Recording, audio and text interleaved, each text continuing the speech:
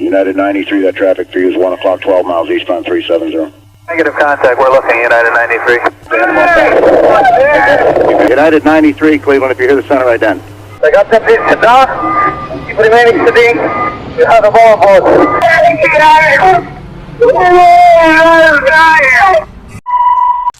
Okay, we have all our other episodes setting up for today. Today we're finally going to get to the letter to America. We're going to try to get in Osama Bin Laden's head. If anything, I might comment on how rational he behaves if he's taking his religion seriously. So far from perverting or distorting true Islam, I'll highlight where he's doing exactly what a reasonable person would conclude under the circumstances given his worldview and his ideology. We talked about last time how he has how the Quran claims that Abraham was originally Muslim, and so they have that tie to history where they're trying to dig up, ruins and hide them and throw them in dumps that have Jewish iconography on them. All right, I'm going to start quoting the Letter to America by Osama bin Laden. It starts with a couple Quran quotes. This is Quran, Surah 22:39. Permission to fight against unbelievers is given to those believers who are fought against because they have been wronged, and surely Allah is able to give them believers victory. Okay, already right off the bat, look how he's starting his letter. He starts it with a quote from the Quran. Okay, how many modern Western politicians would start their letters with a Bible verse? Not a lot.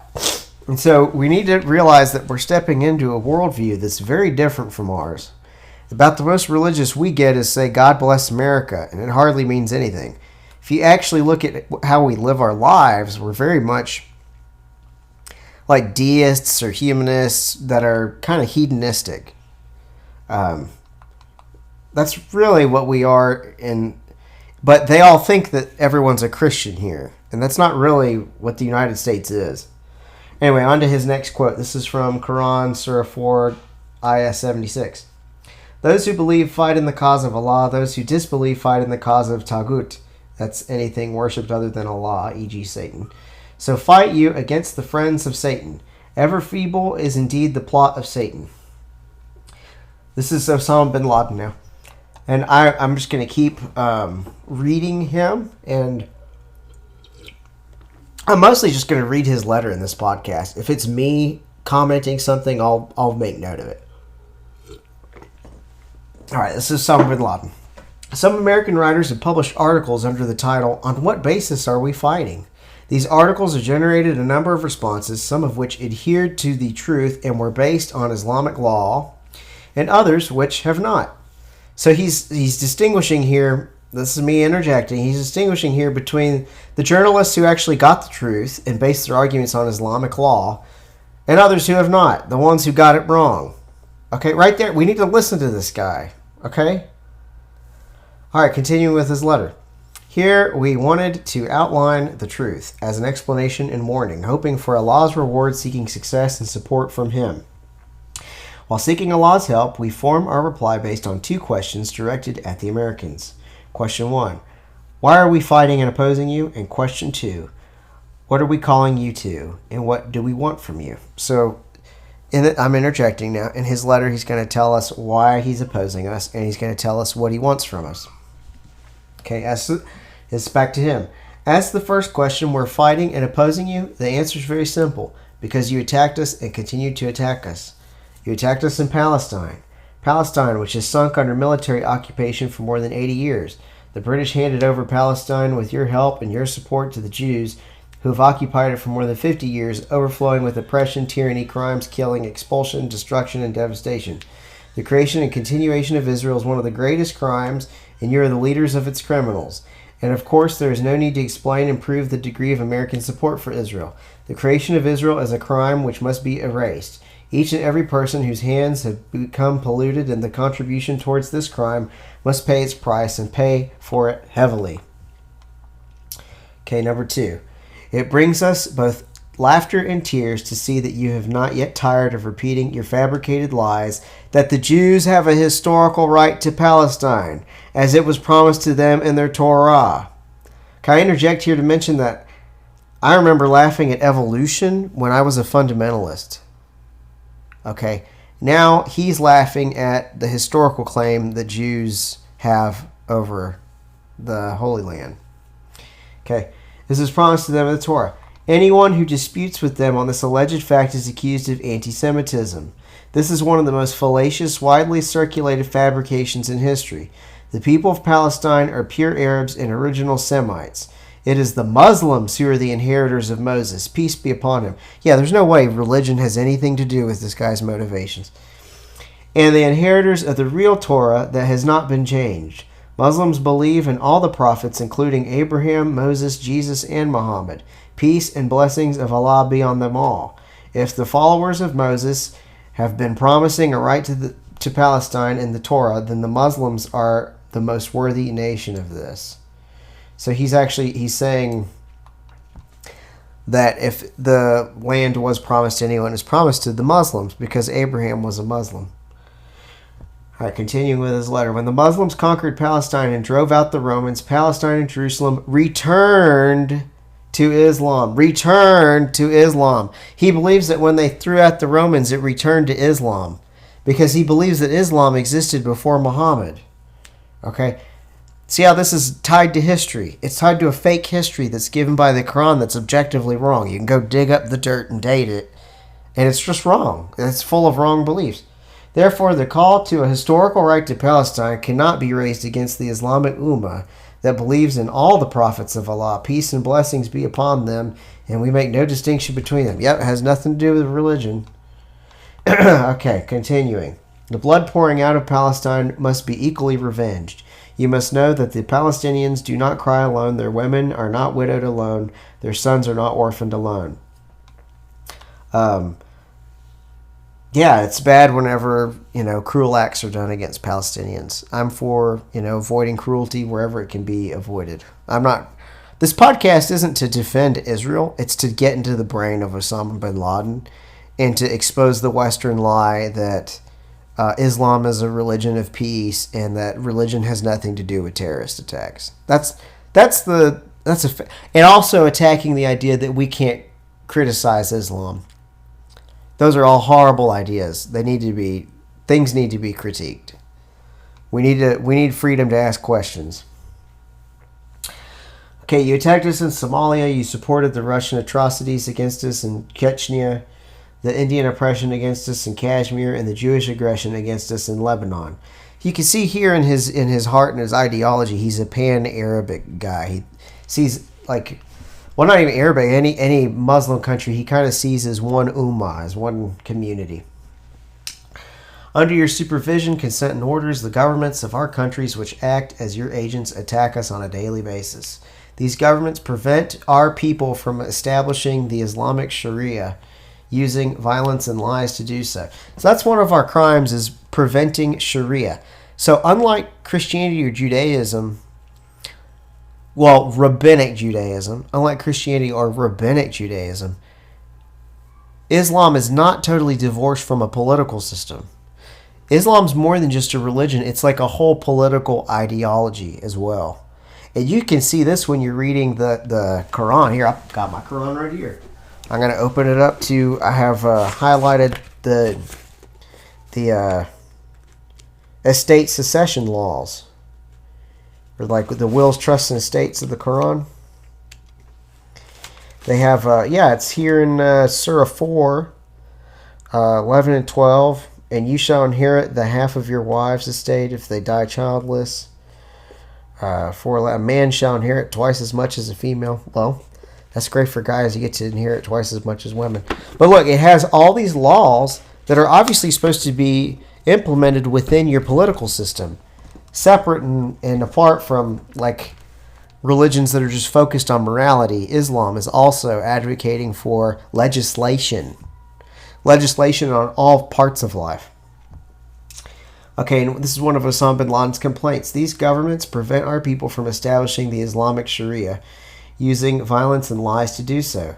These governments give us a taste of humiliation and place us in large prisons of fear and subdual. That's probably true. They're probably scared of the U.S. government all the time. These governments steal our Ummah's wealth and sell them to you at a paltry price. A lot of this stuff is stuff that's like conclusions that I can't really confirm or deny.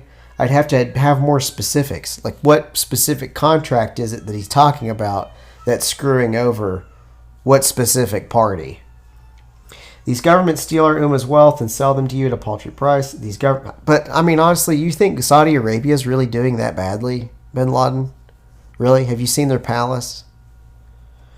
Okay, number 4. These governments have surrendered to the Jews and handed them most of Palestine, acknowledging the existence of their state over the dismembered limbs of their own people. Even there, you see, that's a little bit of a twist of what actually happened. They proposed, whenever the British mandate withdrew, they proposed a two-state solution. The Arabs rejected it, and then a civil war started, and then the Jews won the land through a war. So it wasn't like they just like took the land from it. There's a war happened, and then they took the land. So it's more complicated than just, they're the evil bad guys. If if they'd taken the two-state solution, they could have both lived there. But they don't want a two-state solution because they don't want to have a legitimate state of Israel because it causes an existential threat. All right, on to number 5. The removal of these governments is an obligation upon us and a necessary step to free the Ummah, to make the Sharia the supreme law.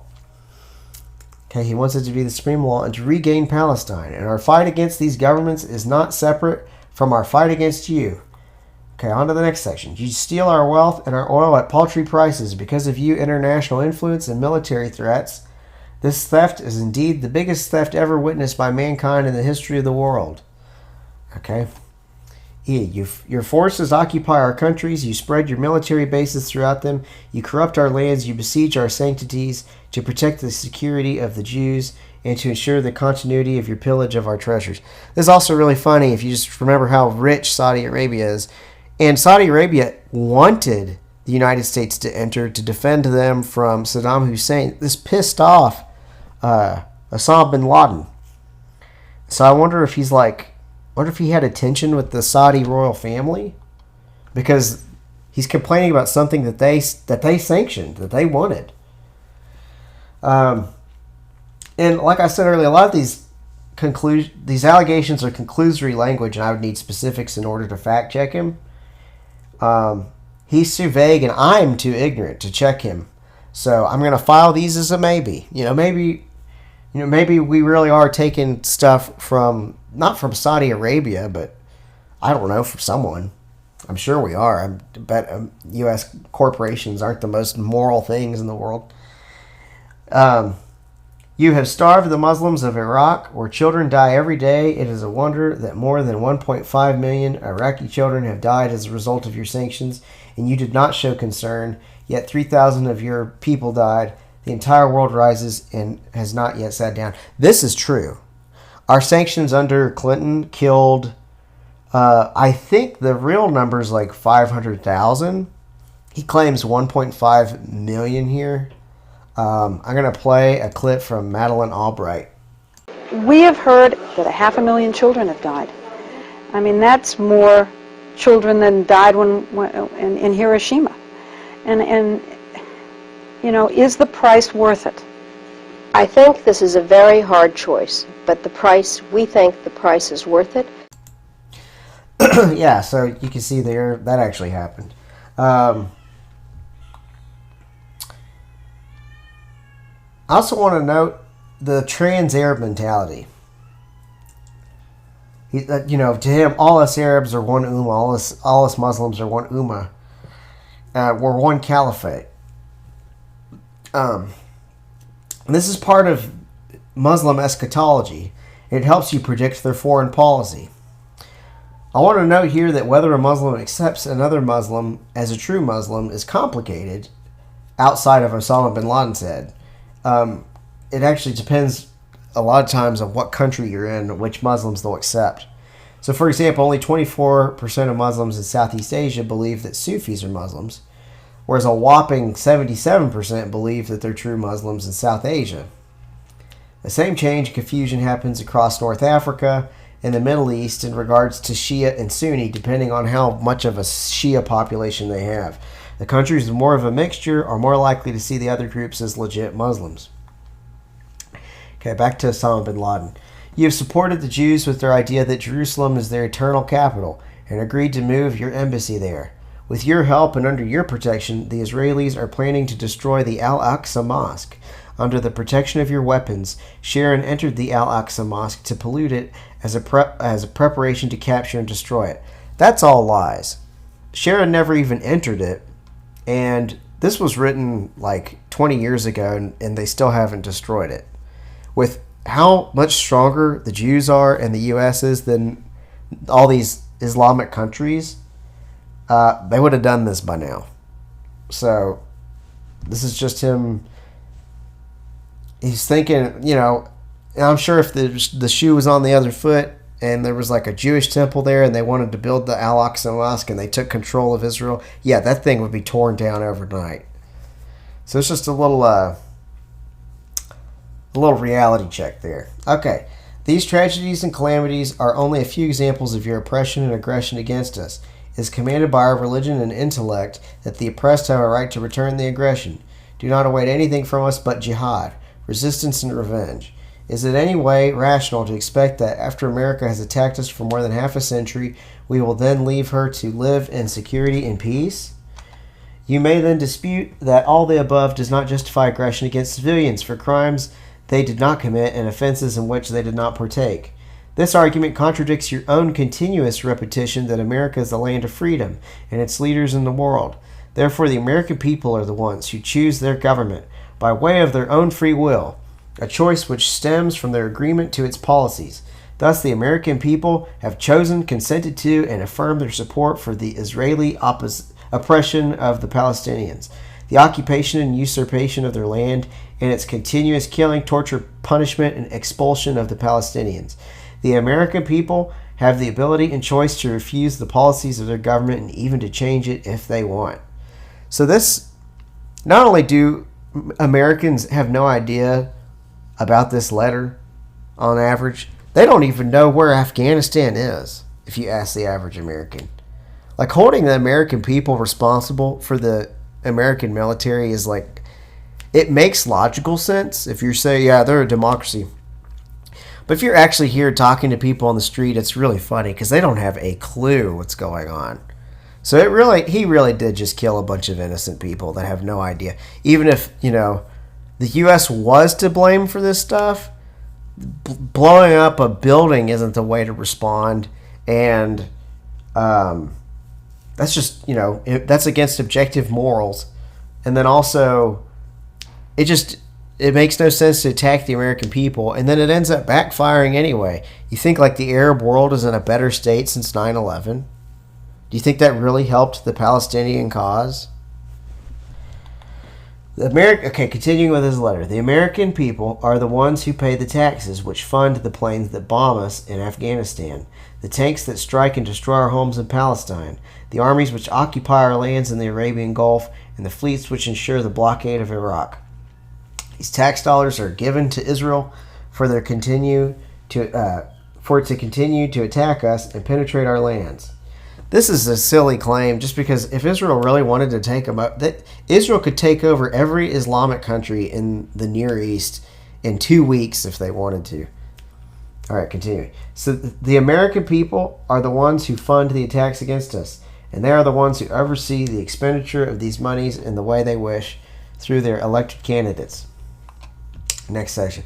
As the American army is part of the American people, it is this very same people who are shamelessly helping the Jews fight against us.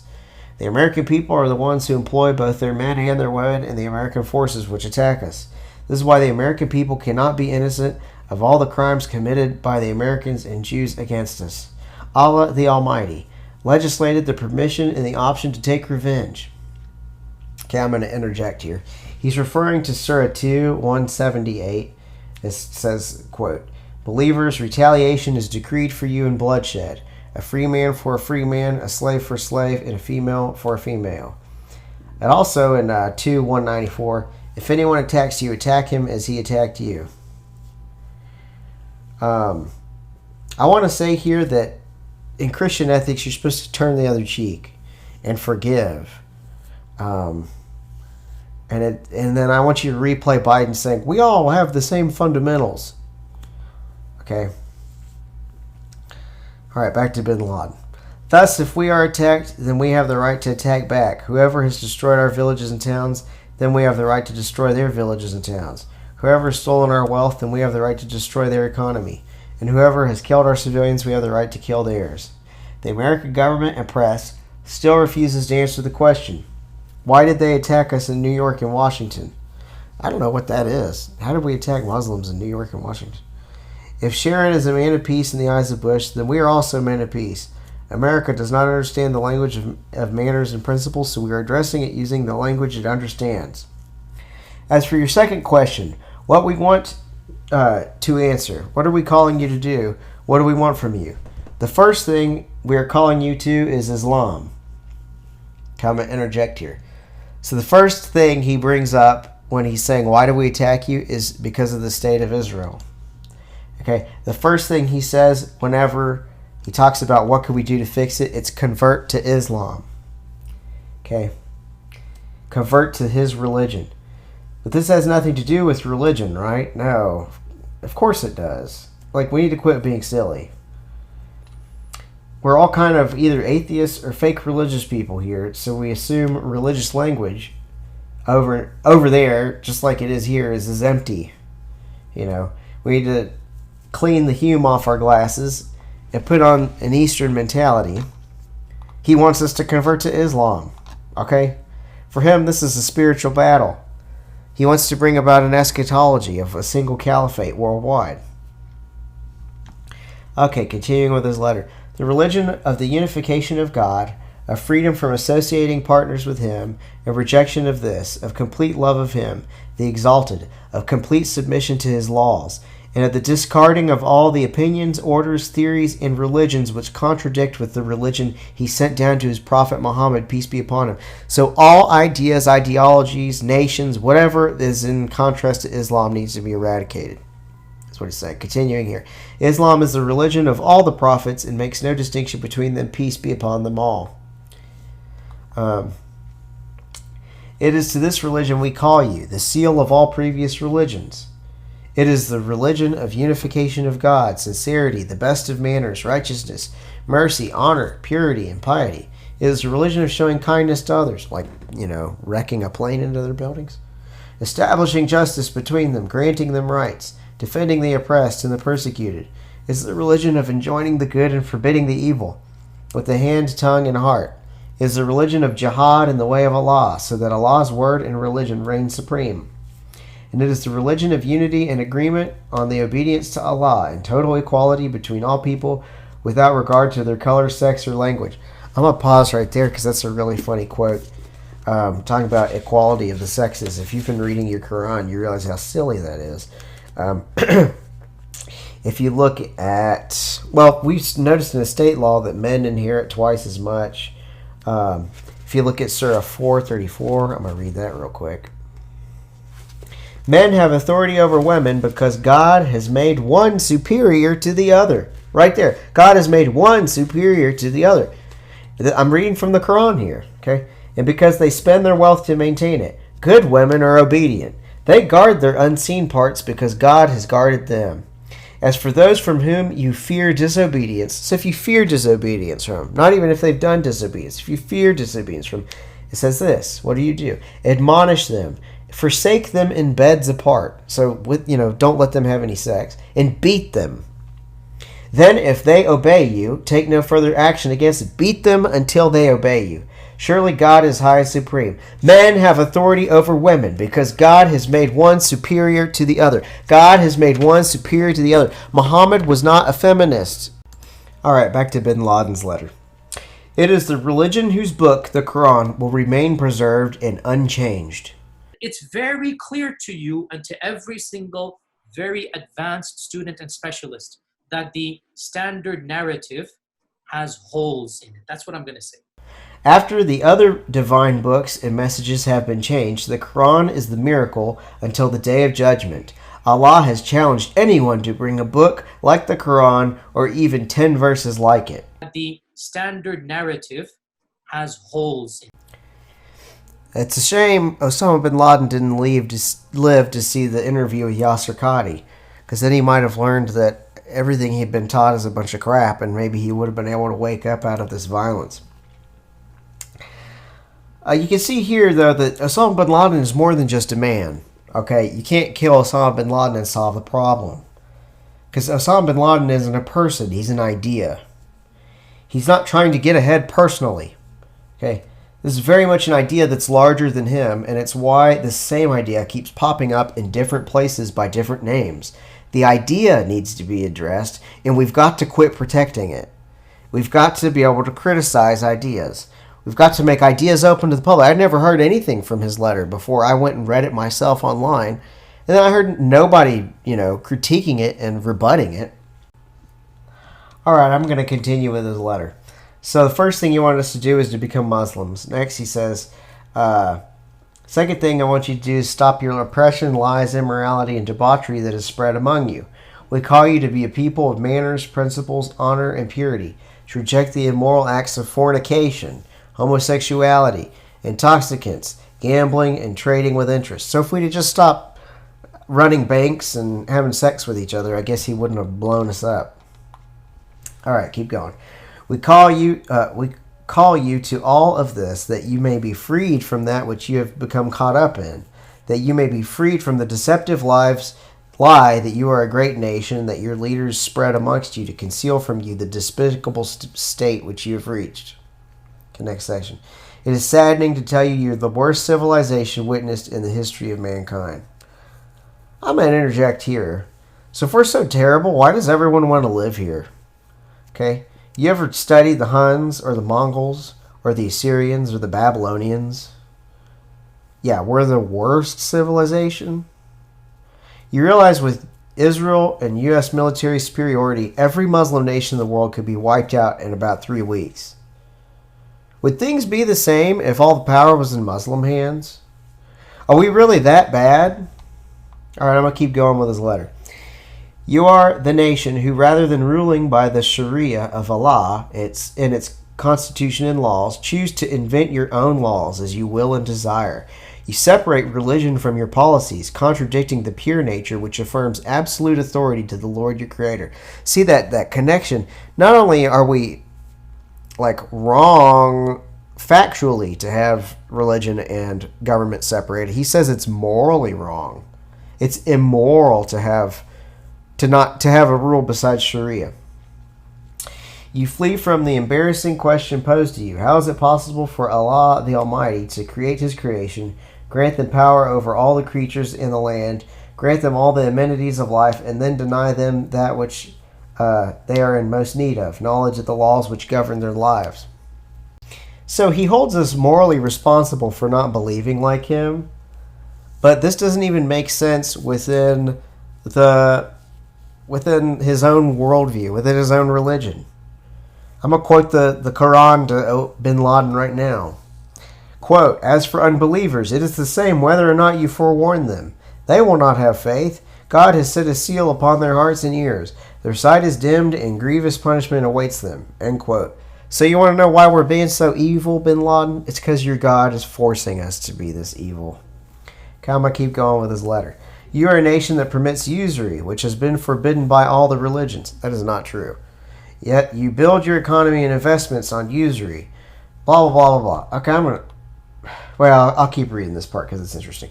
As a result of this, in all its different forms and guises, the Jews have taken control of your economy, through which they have then taken control of your media, and now control all aspects of your life, making you the servants in achieving their aims at your expense, precisely what Benjamin Franklin warned you against. What the world is he talking about? I wish I knew what he's talking about with Benjamin Franklin warning us about Jews controlling everything. Also, this idea that Jews control everything sounds a lot like Hitler. I read Mein Kampf a while ago. If anyone knows what this is about and knows me personally, message me. Let me know what he's talking about with Ben Franklin here. Okay, next section. You are a nation that permits the production, trading, and usage of intoxicants. You also permit drugs. and only forbid trade of them, even though your nation is the largest consumer of them. Okay, you got us there, man. Let's see what else he says. You're a nation that permits acts of immorality. You consider them to be pillars of personal freedom. You continue to sink down this abyss from level to level until incest is spread amongst you, in the face which neither your sense of honor nor your laws object. Really? Do we have incest here? I mean, I bet we do in some places, but I don't think it's like a widespread thing. Next section. Who can forget your President Clinton's immoral acts committed in the Oval Office? After that, you did not even bring him to account, other than he made a mistake, after which everything passed with no punishment. Is there a worse kind of event for which your name will go down in history and be remembered by nations? Okay, I'm going to interject here. For sure, Clinton getting himself pleased by Monica Lewinsky is going to be what historians are talking about 100 years from now. No, that's ridiculous. What's the... So we're going to be talking about Bill Clinton getting a blowjob, even though this is the strongest, richest, freest nation to ever exist. That's what we'll be remembered for. Who was the first nation to walk on the moon? Yeah, I don't know, but Monica Lewinsky got down on Clinton. Shame on you, America. All right, I'll keep going with his letter. You're a nation that permits gambling in all forms. The companies practice this as well, resulting in the investments becoming active and criminals becoming rich. Here's my interjection. Muhammad never gambled. He just killed caravans and took their goods. He wouldn't be caught dead gambling. He was too good of a person. Skip down a little bit. You're a nation that practices the trade of sex in all its forms, directly and indirectly. Giant corporations and establishments are established on this under the name of art, entertainment, tourism, and freedom, and other deceptive names you attribute to it. No irony here. He actually just has a point. We actually have a huge sex trafficking business going on in this country. That's a big deal. I'm going to skip a bunch of this and just go down to the end of the letter because I'm already going so late on time. We advise you to see. Sixthly, we call upon you to end your support of the corruption leaders in our countries. Do not interfere in our politics and method of education. Leave us alone, or else expect us in New York and Washington. 7, we call you to deal with us and interact with us on the basis of mutual interests and benefits rather than the policies of subdual, theft, and occupation, and not to continue your policy of supporting the Jews because this will result in more disasters for you. If you fail to respond to these conditions, then prepare for fight with the Islamic nation, the nation of monotheism that puts complete trust on Allah and fears none other than Him, the nation which is addressed by its Quran with the words, quote, "Do you fear them? Allah has more right than you should fear Him if you are believers. Fight against them so that Allah will punish them by your hands and disgrace them and give you victory over them and heal the breasts of believing people and remove the anger of their believers' hearts. Allah accepts repentance of whom He wills. Allah is all-knowing, all-wise." That's Quran Surah 9:13. The nation of honor and respect. This is another quote from the Quran he has. "But honor, power, and glory belong to Allah and to His messenger, Muhammad, peace be upon him, and to the believers." That's Surah 63:8. He has another quote. "So do not become weak against your enemy, nor be sad, and you will be superior in victory if you are indeed true believers." Quran 3:139. Isn't it crazy the person who knows his religious books this well messed up the religion of peace so badly? "The nation of martyrdom, the nation that desires death more than you desire life." Here's another Quran quote. "Think not of those who are killed in the way of Allah as dead. Nay, they are alive with the Lord, and they are being provided for. They rejoice in what Allah has bestowed upon them from His bounty, and rejoice for the sake of those who have not yet joined them, but are left behind, not yet martyred, that on them no fear shall come, nor shall they grieve. They rejoice in a grace and a bounty from Allah, and that Allah will not waste the reward of the believers." Quran Surah 3, 169-171.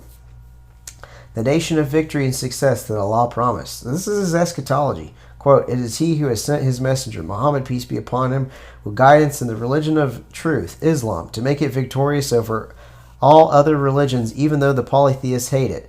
Quran 63, verse 9. And then one last quote. Allah has decreed, verily it is I, and my messengers shall be victorious. Verily Allah is all-powerful, almighty. Quran 52, verse 21. The Islamic nation was able to dismiss and destroy the previous evil empires like yourself. The nation that rejects your text wishes to remove your evils and is prepared to fight you. You are well aware that the Islamic nation, from the very core of its soul, despises your haughtiness and arrogance. If the Americans refuse to listen to our advice and the goodness and guidance and righteousness that we call them to, then be aware that you will lose this crusade Bush began, just like the other previous crusades in which you were humiliated by the hands of the Mujahideen, fleeing to your home in great silence and disgrace. If the Americans do not respond, then their fate will be that of the Soviets who fled from Afghanistan to deal with their military defeat, political breakup, ideological downfall, and economic bankruptcy. This is our message to the Americans as an answer to theirs. Do they know why we fight them over which form of ignorance? By the permission of Allah, we shall be victorious. All right. That's it for this episode. I'll see you guys next time.